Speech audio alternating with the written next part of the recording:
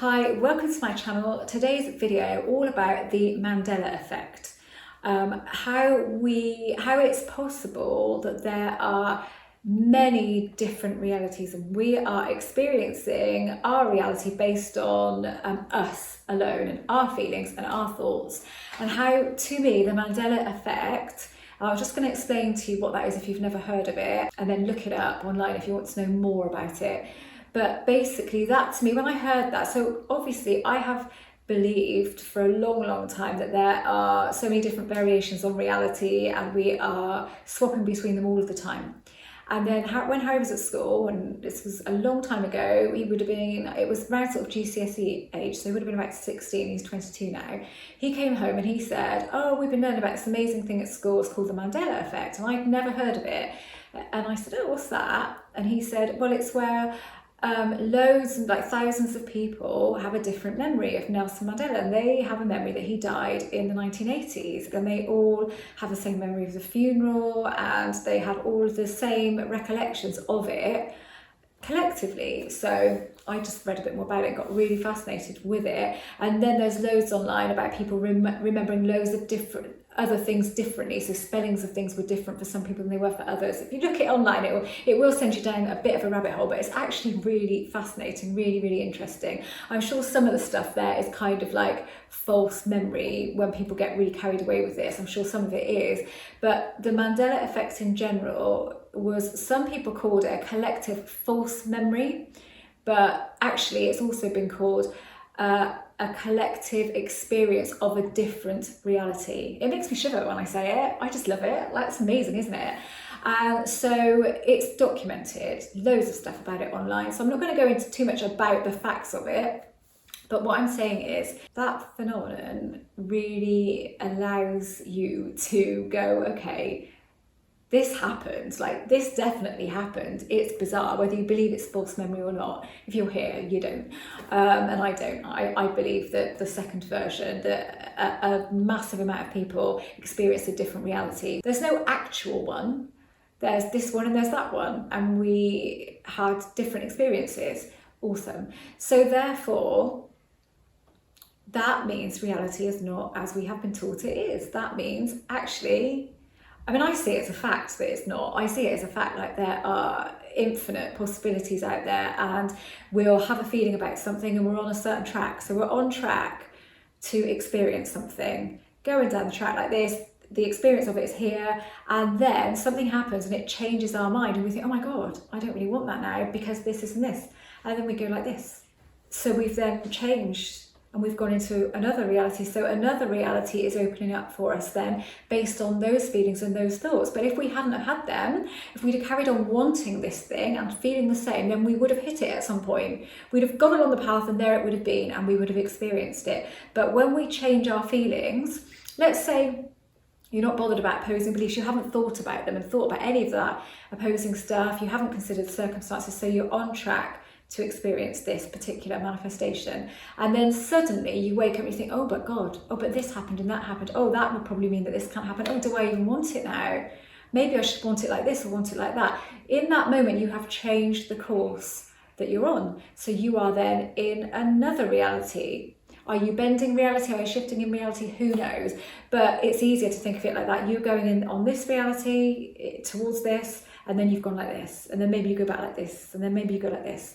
So all of the time, and maybe all day long, we are doing that. We are slipping in and out of different realities based on wanting something and then not wanting it, feeling it and then feeling something different. That's what I believe to be true. Whether it is or not, who knows? It's all just theory. None of us knows. If somebody tells you they know, then they don't.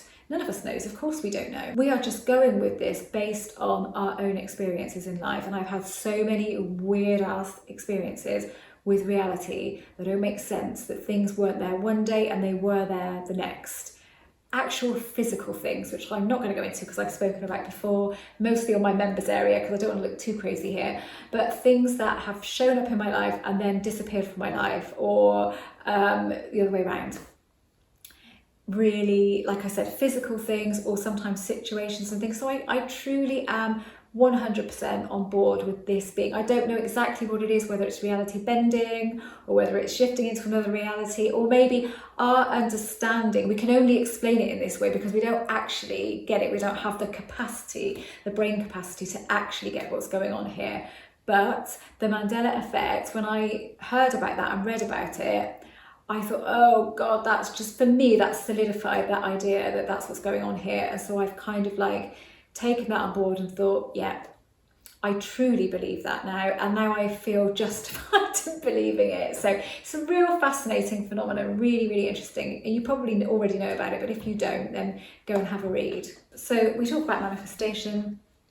I don't really talk about manifestation in my own life. I don't really see it like that. And if you think all we're doing is creating with our thoughts and feelings, so creating that reality and slipping into that reality that we've created. So we create it and then in we move, and then we create another one and in we move, and like that. Then it's not really, to me, that's not kind of manifestation. It just seems like some sort of magic thing that we have to do, some magic task we have to perform in order to experience this. And I don't see that at all. It's just an internal thing that then shows to us externally.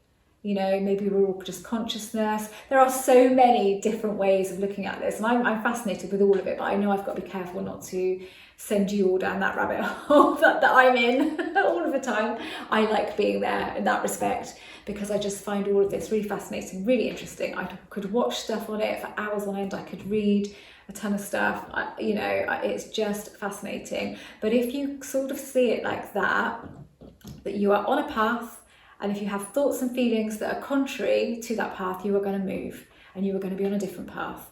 And it's not saying that that thing has disappeared then, that you can never experience that, because you can go back there, or it could end up over here and you could go over there, go to another route.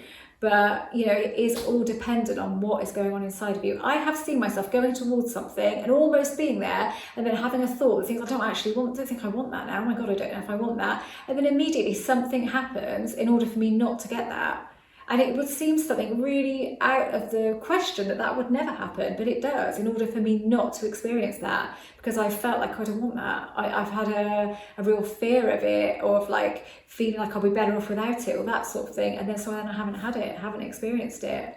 I speak to people that are in relationships and are in steady, good relationships, and they get exasperated in the moment, and they feel like they want to be single in that moment, but they don't really mean it. They just do it in that moment, and then it happens. Then their partner finishes with them, ends it, citing no longer loving that person, or any old reason that doesn't make sense, that wouldn't have made sense the day before, wouldn't have happened had they not have had that feeling. So they're changing their reality based on their feelings that they're having in the moment. Right, I'm going to stop it there because I know that this could go really off and get really, really weird. So I'm going to stop it there. I just wanted to talk about it, and I've been kind of reined in. I've only reined myself in from talking about this sort of thing on here because I didn't really know where I was going with my channel, and I've spoken a lot about relationships in the past, but this encompasses everything, doesn't it? I didn't want to paint myself into any particular corner, so I just thought, you know, I don't even know where I'm going career-wise and where exactly I want to go. I've got this big writing project on the go at the moment, and I might like to go somewhere with that, but I don't really know. So I just think in the meantime, let's just put out any content that interests me, things I want to talk about, and don't worry too much about which direction I'm going, because I don't even know if this is something I'm going to be doing this time next year. So let's just go with it and just put out whatever I want to put out.